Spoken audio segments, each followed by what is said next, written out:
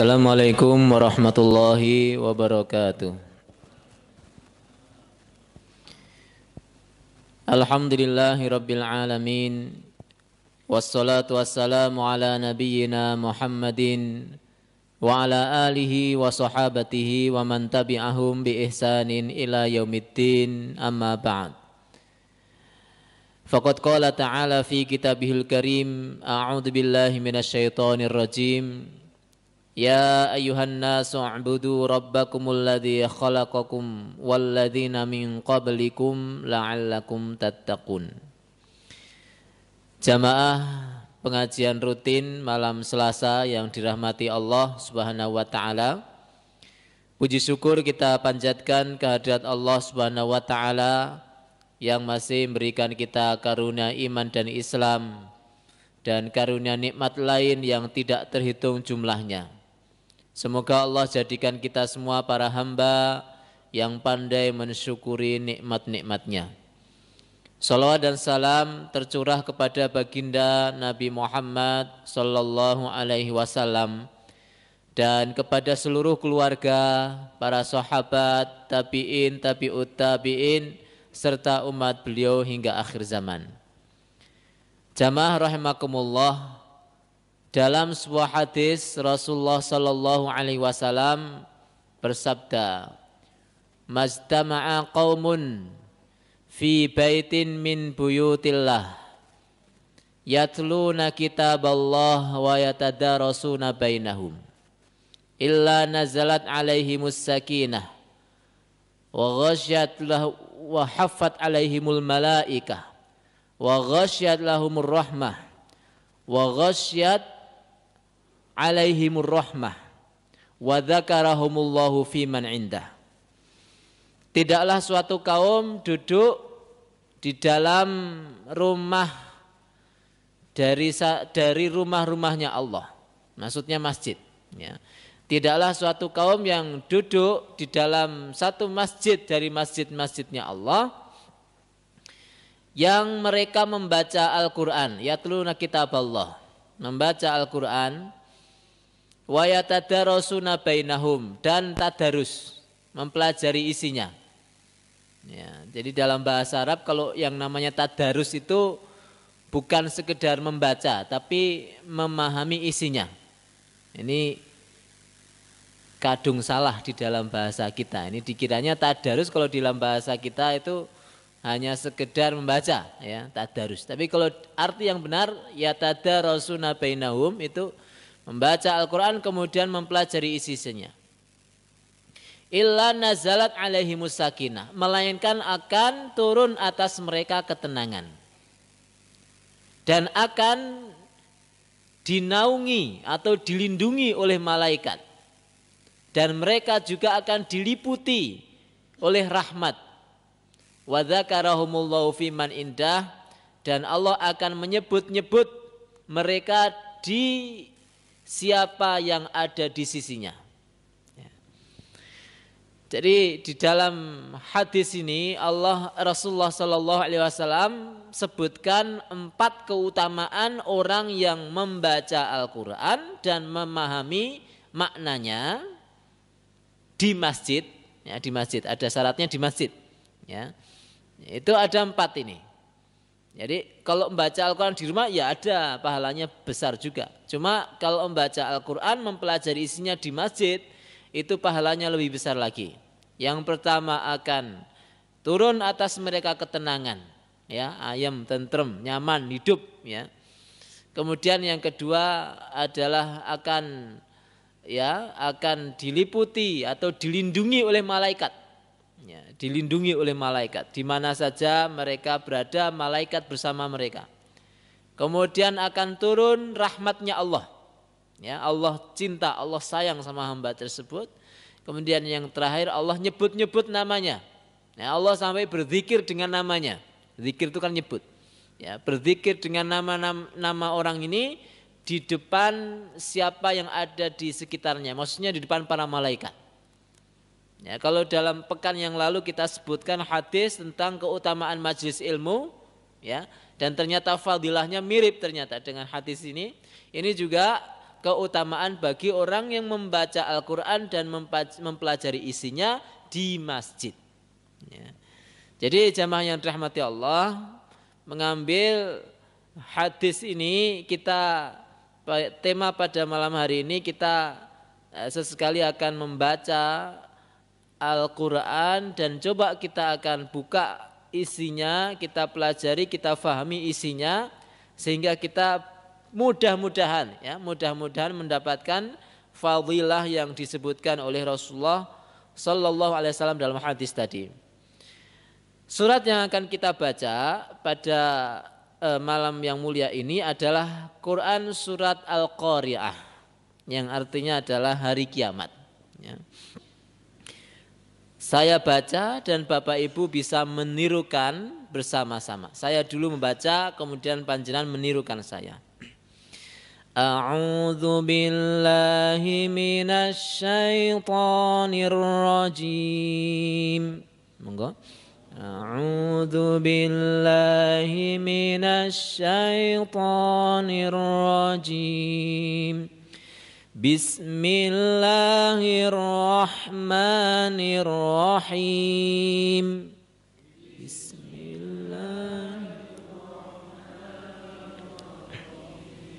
Ya. Ya, jadi kalau bacaannya hanya mat tobi'i itu jangan terlalu panjang, ya. Kalau saya memakai ukuran dengan sebuah metode, ingat-ingat di ayun aja. Di ayun. Bismillahirrahmanirrahim. Jadi di ayun. Bismillahirrahmanirrahim. Monggo.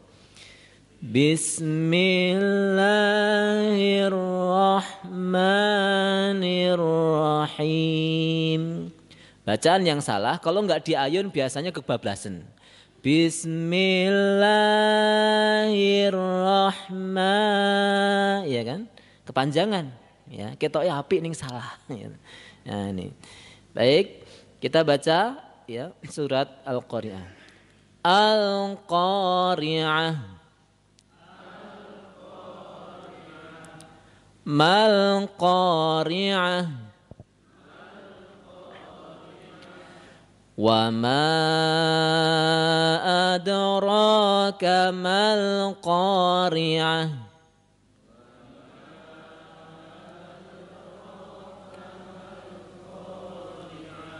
Nah, kalau ma di sini namanya mat wajib mat jaiz munfasil, ya. Ada Ustadz Istisan enggak ini? Nanti ba'da isya ya. Mat jaiz munfasil.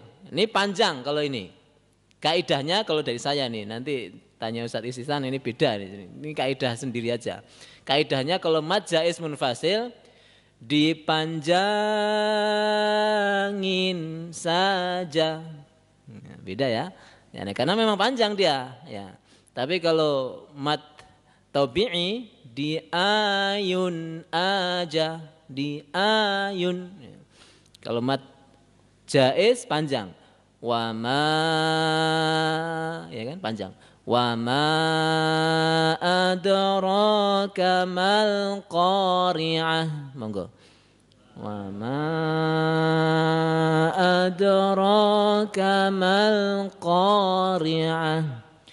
Yauma yakunun nasu kal farashil mabthuth. Yauma yakunun nasu kal farashil mabthuth. Wa takunul jibalu kal'ihnil manfush. Wa takunul jibalu kal'ihnil manfush. Fa amma man thaqulat mawazinuh. أما من thaqulat mawazinuh fahuwa fi 'ishatir radiyah fahuwa fi 'ishatir radiyah. Salah satu kekurangan, kesalahan wong-wong Jawa biasanya terlalu tebal membaca huruf H. H itu tempatnya di mana, Pak? Di tenggorokan, halqi, bukan di dada. Ya, biasanya di dada kan? Contoh bacaan yang salah. Ya. Fahuwa fi fahuwa fi 'ishatir radiyah. Jadi kemantepen ya. Ampun ditirokke wong kleru gitu. Nggih, kemantepen ya. Jangan terlalu haknya itu jangan terlalu tebal, tapi juga jangan terlalu tipis. Nek tipis jadi hak ya. Jadi ini sedang di sini ha di sini. Okay. Fahuwa fi 'ishatir radiyah. Fahuwa fi 'ishatir radiyah. Wa amma man khaffat mawazinuh. Wa amma man khaffat mawazinuh fa ummuhu hawiyah.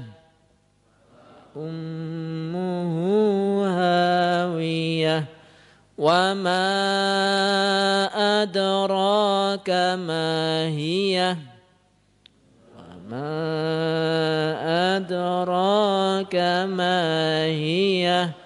Narun hamiyah. Narun hamiyah. Ya ini banyak nanti pelajaran tajwid, tapi kalau ngapal nama-namanya itu nanti sama Ustadz Istihsan Ba'da Isya ya. Tapi kalau kami metode orang-orang tua aja ya. Panjenengan mengepaskan mat tobi'i wis pas manus apik itu ya. Jadi dua, nek orang Jawa dulu dua ketukan. Nah, ya. Bismillah, coro kiai zaman dulu gitu ya. Cuma susah ketukan tuh ya nek sing ngetuk kebanteran kepiye atau jadi terlalu panjang. Jadi pakai kaidah di ayun aja itu. Ya, atau ada juga yang pakai kaidah tangan ya. Di ayun. Ya, ini jadi alqa. Nah, jadi tidak terlalu panjang ya. Mat tabi'i ya. Baik Bapak Ibu rahimakumullah. Coba kita terjemahkan, saya baca Bapak Ibu bisa menirukan. Al-Qari'ah, hari kiamat, monggo. Ma apakah Al-Qari'ah, hari kiamat itu? Wama dan apakah adraka kamu tahu? Ma apakah Al-Qari'ah, hari kiamat itu? Yauma, hari yakunu adalah annasu manusia kal farashi seperti laron al mabthusi yang berterbangan. Watakunu dan adalah al-jibalu gunung-gunung kal-ihni seperti kapas Al-manfusi yang berhamburan.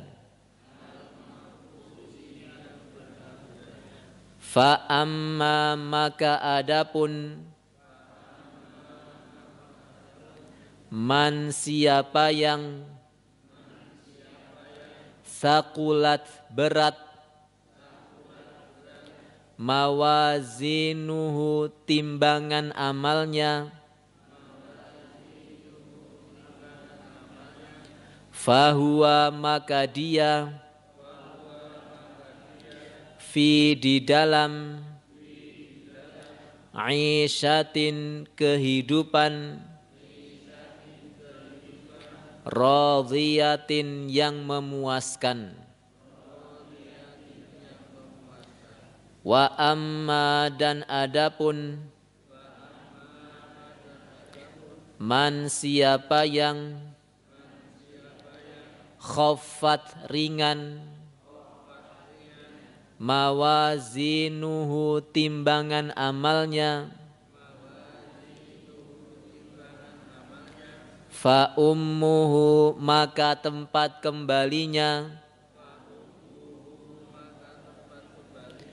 hawiyah neraka hawiyah wama dan apakah adraka kamu tahu mahiyah apa dia itu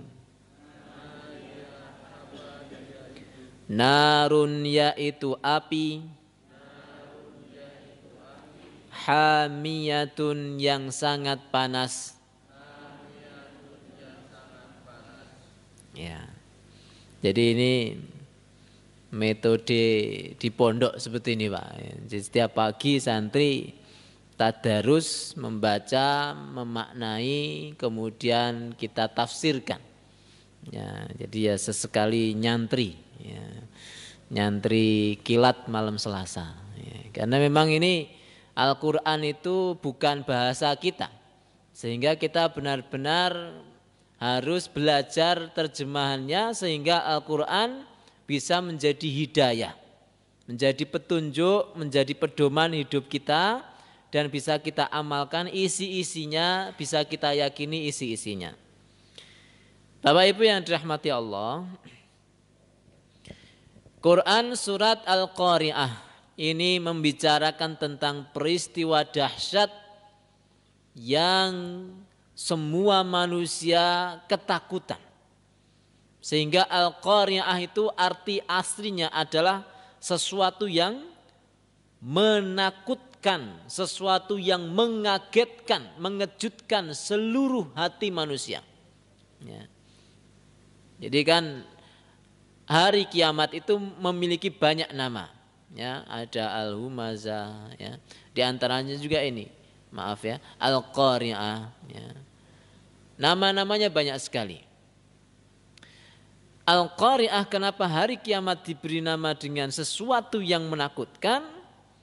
Karena memang semua orang terkaget saat itu ketika manusia sedang berada di dalam alam kuburnya, mereka kemudian mendengar sangkakala ditiup oleh malaikat sehingga mereka terkaget, ketakutan. Ya. Sebagaimana Allah berfirman di dalam Quran surat An-Naml, ya, wa yauma yunfakhu fis-suri fafazi'a man fis samawati wa man fil ardi illa man Allah. Yaitu di hari di mana ditiup sangkakala sehingga terkagetlah siapa aja yang ada di langit dan siapa saja yang ada di bumi melainkan siapa yang dikehendaki oleh Allah. Ya. Maka kenapa dikasih nama Al-Qari'ah. Kemudian Allah di sini dalam ayat yang kedua bertanya, Mal Qari'ah. Apa itu hari kiamat? Ini pertanyaan bukan berarti Allah enggak ngerti. Pertanyaan seperti ini supaya manusia yang membaca surat ini konsentrasi. Dan ini salah satu metode dalam pengajaran yang bagus. Ya, biasanya kan Kalau seorang guru masuk kelas mau menerangkan tentang sebuah tema apa ya. Misal tema tentang misalnya tentang haji misalnya ya. Tema hari ini pelajaran fikih anak-anak tentang haji. Siapa yang tahu apa itu haji? Jadi bukan berarti guru nggak ngerti, tapi ini supaya konsentrasi semuanya. Ini metode yang bagus, ya, sehingga interaktif, bukan hanya sekedar mendengar. Jadi metode pengajaran dalam Al-Quran itu juga ada, metode dakwah juga ada semuanya. Ya. Sebagaimana Allah SWT menyampaikan sesuatu itu melalui yang ringan-ringan dulu baru kemudian yang mulai berat. Dalam Al-Quran misalnya Allah menceritakan tentang kelahiran seorang Yahya dari ibunya yang mandul dan bapaknya yang sudah sangat tua. Allah ceritakan itu di dalam Al-Quran. Hunalika da'a Zakaria rabba qala rabbi habli min ladunka dzurriyyatan thayyibah innaka sami'ud du'a fanadatul malaikah dan seterusnya. Allah terangkan itu bagaimana seorang wanita yang mandul nikah dengan suami yang sudah tua sekali, ya, belum dikasih karunia anak, kemudian bisa hamil dia. Ya. Kemudian baru setelah itu Allah menerangkan tentang Isa. Ya. Ini juga tahap-tahapan, ya, metode juga. Ya. Kalau dari seorang wanita yang mandul, kalau dari seorang wanita yang tidak bersuami bisa melahirkan anak, apalagi hanya sekedar ya, wanita yang mandul dan dia sudah memiliki suami. Ya. Kemudian terangkan tentang Isa. Isa lahir dari seorang ibu yang tidak punya suami. Ya. Kemudian setelah itu Allah terangkan apa itu tentang Nabi Adam.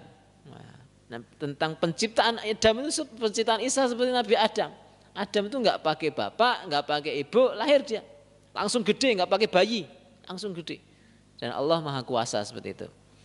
Nah, di dalam hal ini juga Allah menanyai supaya pembaca, ya, kita semua itu konsentrasi. Mal qari'ah, apa itu hari kiamat? Wa ma adraka mal qari'ah, masih tanya lagi. Kalian tahu nggak apa yang kalian ketahui, apa yang kamu ketahui tentang Al-Qari'ah itu, yaitu hari kiamat. Baru kemudian Allah SWT menerangkan, yauma yakunun nasu kal farashil mabthuth, yaitu suatu hari di mana manusia mereka menjadi seperti laron, anai-anai, al-mabthuth, yang berhamburan, yang berterbangan. Allah gambarkan suasana saat itu, manusia ketika dibangkitkan dari alam kuburnya, mereka seperti laron. Jangan tahu, di musim hujan ini, ada enggak kan? Kita temui laron munculnya hanya malam hari. Ya, kadang-kala siang hari juga ya, tapi sering-seringnya malam hari. Dan mereka terbang tidak ngerti arah, hanya mencari cahaya. Sampai kena lampu, jatuh. Naik lagi, jatuh lagi. Tabrakan sama kawannya terus dan berakhir dengan kematian. Ya, itu suasana manusia di hari kiamat nanti. Mereka kebingungan dan mereka enggak mati. Seperti laron. Enggak ada yang kenal dengan istrinya, enggak ada yang kenal. Karena memang mereka ketika di alam kubur, manusia itu hidup sendiri-sendiri. Enggak ada yang kenal dengan anaknya, enggak ada yang kenal dengan siapapun. Kal farashil mabthuth. Ini benar-benar suatu peristiwa yang sangat menakutkan. Bapak Ibu, kalau kita, ya, gambaran kita ya hilang begitu aja ya. Sedang jalan-jalan misalnya wisata bersama dengan keluarga, kemudian di tengah lapangan tahu-tahu hilang, ya. Nggak kenal siapa, semua orang kebingungan, ya. Kita bingung, orang-orang sekitar kita bingung, itu rasanya seperti apa, ya. Inilah suasana di hari kiamat nanti. Kal farashil mabthuth. Dan ini juga menunjukkan tentang lemahnya manusia. Mereka tidak memiliki kekuatan di hari itu. Benar-benar mereka sama semuanya disebutkan dalam hadis. Mereka manusia itu akan bangkit dari alam kubur dalam keadaan tidak memakai baju, tidak memakai pakaian, telanjang mereka. Mereka juga tidak memakai alas kaki dan mereka tidak ada yang khitan. Ya, keadaan manusia bangkit dari alam kubur itu tidak khitan, tidak memakai sandal, tidak memakai pakaian. Saking bingungnya dan mereka benar-benar disamaratakan oleh Allah SWT. Kemudian disebutkan juga manusia ketika bangkit dari alam kubur mereka sesuai dengan amal perbuatan mereka. Ada di antara mereka yang bangkit dalam keadaan tidak memiliki kulit di mukanya, yaitu orang-orang yang suka meminta-minta. Para pengemis mereka bangkit dalam keadaan tidak punya kulit, tidak punya, ya wajahnya sangat mengerikan. Ada di antara mereka yang bangkit dalam keadaan kepalanya di bawah, berjalan dengan kepala. Siapa mereka? Yaitu orang-orang kafir. Ada di antara manusia yang bangkit dari alam kubur dalam keadaan bentuknya sebesar semut. Yang lain besar-besar manusia seperti fisiknya, yang lain sama seperti fisik kita saat hidup seperti ini. Jadi jasad kita ini yang kita pakai nanti. Ya, rupa kita ya rupa ini yang kita pakai di hari kiamat nanti. Tapi ini ada mereka yang dibangkitkan keadaan kecil sekali, sebesar semut. Bahkan hampir-hampir selalu akan terinjak oleh manusia yang lain. Ya. Siapakah mereka? Yaitu orang-orang yang senang sombong ketika di dunia. Takabur. Ya. Mereka orang-orang yang sombong di dunia, Allah akan bangkitkan mereka dalam keadaan bentuknya kecil sekali, sebesar semut. Dan contoh-contoh dan keadaan manusia yang lain sesuai dengan amalnya. Kemudian jamaah yang dirahmati Allah, wa takunul jibalu kal'ihnil manfus, yaitu di mana gunung-gunung akan seperti kapas yang dihambur-hamburkan. Kal'ihni ini juga bisa diartikan seperti asuf, kain wol. Ya, intinya adalah sesuatu yang ringan dan dihambur-hamburkan. Jadi gunung yang kalau di dunia ini kita lihat begitu besarnya, begitu gagahnya, dalam jarak puluhan kilo kelihatan. Kalau di akhirat nanti atau ketika terjadi hari kiamat nanti, itu Allah jadikan seperti debu, seperti kapas yang berhamburan. Artinya benar karu-karuan, benar-benar meledak di mana-mana gunung meledak. Kemudian jamaah yang dirahmati Allah, fa amma man thaqulat mawazinuh, maka adapun mereka yang berat timbangan amalnya. Kalau dalam bahasa di sini adalah mawazinuh, timbangannya. Maksudnya tentu bukan timbangan berat badannya, ya, tapi ditafsirkan adalah timbangan dari amal-amalnya. Karena di akhirat nanti manusia itu akan menemui sebuah makhluk namanya mizan, yaitu timbangan. Semua kita itu nanti akan ditimbang. Para ulama berbeda pendapat. Yang ditimbang itu bersamaan badan kita semua ditimbang, atau amalan kita saja dengan cara Allah, amalan kita yang ditimbang. Yang jelas yang diukur oleh Allah SWT bukan berat badan kita, tapi berapa besar berat amalan-amalan kita ketika di dunia. Makanya kadang-kadang ada beberapa wanita yang begitu resah dengan berat badannya. Ya, kur mundak sekilo ismut. Ya Allah, aku mundak sekilo. Sesuk pasolah. Ya, udah bingung ya. Tapi tidak resah dengan berat amalnya yang tidak nambah-nambah. Di akhirat tuh Allah tidak akan nanyai kita berapa berat badanmu, kok kowe lemu? Enggak. Ya. Kok kowe kuru? Enggak. Yang ditanya adalah tentang amal kita. Apakah kita nanti ketika ditimbang itu menjadi berat? Maka digambarkan dalam sebuah hadis ada di akhirat nanti orang yang begitu gemuk sekali. Tapi ketika ditimbang ternyata tidak lebih berat daripada sebuah bulu dari binatang. Kenapa? Karena ternyata dia tidak memiliki amal soleh yang banyak, amal keburukannya lebih banyak. Ya, meskipun ini juga sebuah, para ulama juga mengatakan ini juga sebuah sindiran. Ya. Jangan kita di dunia ini ya terlalu banyak menghabiskan ya, makanan, terlalu banyak makan sehingga kita hanya memperberat tubuh tapi tidak memperberat amalan. Wis ngati-ati mangane sithik kok tetep lemu, beda meneh ceritane. Ya jemaah yang rahmati Allah, fa amma man thaqulat mawazinuh.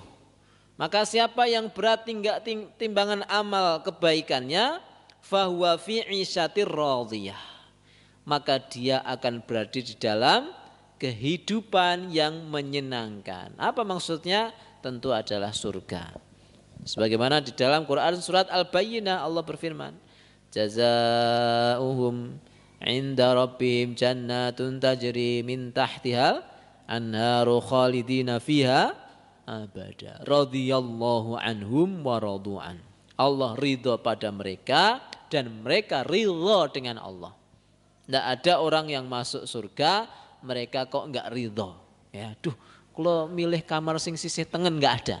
Mereka semuanya pasti ridha dengan bagian-bagian mereka. Berbeda dengan orang yang di dunia ini kadangkala diberi hadiah, diberikan kesempatan mendapatkan nikmat, masih aja ada kekurangan-kekurangan. Ya, betapa kadangkala kita jumpai kalau pas bimbing umroh, udah masya Allah Bapak Ibu, usah dibagi kamar-kamarnya, iri kalau kancane. Kalau pengen langsung delok Ka'bah niku pripun Ustaz, kok mboten angsal. Jadi sama-sama hotel pengen langsung delok Ka'bah. Lo kan mangke saged ngandhep langsung ketemu Ka'bah. Nah, kayak gitu. Atau makanannya sudah kasih makanan, ya Allah Ustaz kalau pengen telo pendem. Lah tengah Arab golek telo pendem gitu. Nah, ini Bapak Ibu rahimakumullah, di dunia ini kalau di akhirat enggak ada orang yang mereka tidak ridho dengan pemberian Allah. Makanannya enak, ya tempatnya enak, teman-temannya, suasananya enak, enggak ada yang terlalu dingin, enggak ada yang terlalu panas. Makan itu bukan karena lapar, tapi makan di surga itu untuk senang-senang saja. Ya. Radhiyallahu anhum wa radu'an.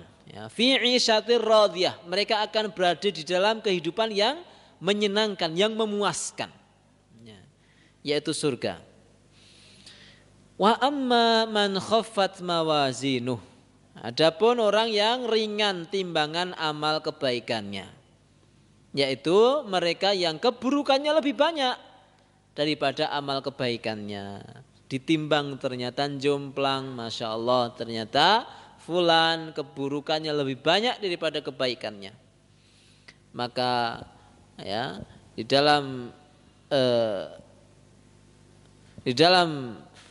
ayat berikutnya Allah berfirman, fa ummuhu hawiyah, maka tempat kembalinya adalah hawiyah. Ummuhu, ummun. Dalam ayat ini ummu ya, itu diartikan sebagai tempat kembali. Padahal asli maknanya artinya ummun ya ibu. Ya, maka ibunya adalah neraka hawiyah. Maksudnya apa? Kok sampai Allah mengatakan maka ibunya adalah neraka hawiyah? Karena ibu adalah tempat kembali seorang manusia. Ya. Ibu adalah tempat kembali kita semuanya, masya Allah. Banyak orang yang mencintai kita, suami kita, istri kita, anak-anak kita, siapapun. Banyak orang-orang di sekitar kita yang mencintai kita dan kita mencintai mereka. Tapi kalau berkaitan masalah ibu ini tidak ada yang bandingi, Pak. Ya. Ibu itu tempat kembali siapapun kita yang sudah sampai tuwek sekalipun. Kalau kita masih memiliki ibu, kita lebih nyaman dengan ibu kita daripada istri kita, daripada suami kita, daripada anak-anak kita. Kadangkala ada beberapa orang sampai, ya Allah, masakan ibuku enggak ada yang nandingi. Ya. Kadangkala ibu itu masya Allah ya Bapak Ibu rahimakumullah. Bahkan ketika ada ya suatu masakan enak mesti langsung dibandingkan dengan masakan ibu. Ya Allah, kok kaya masakan ibuku loh ya. Seperti itu, semuanya ke ibu karena memang ummu, ya, ibu itu adalah tempat kembali. Ya, bagaimana seorang ibu itu meskipun anaknya sudah menikah masih ngelus-elus, masih mijeti, ya kan? Ya. Masih bilang nak, masih perlakuannya seperti ketika dia masih bayi, ya. Kadangkala ya, jangan heran dan jangan dilokke seorang ibu seperti karena itu fitrahnya seorang ibu. Fa ummuhu hawiyah, narun hamiyah. Maka apakah wama adraka mahiyah? Apa itu hawiyah? Narun hamiyah, yaitu api yang sangat panas, yaitu neraka. Rasulullah SAW menerangkan dalam hadis, innaha fudhilat ala narid dunya bitis'atin wasittina juz'an. Api neraka itu jika dibandingkan dengan api dunia adalah laksana 69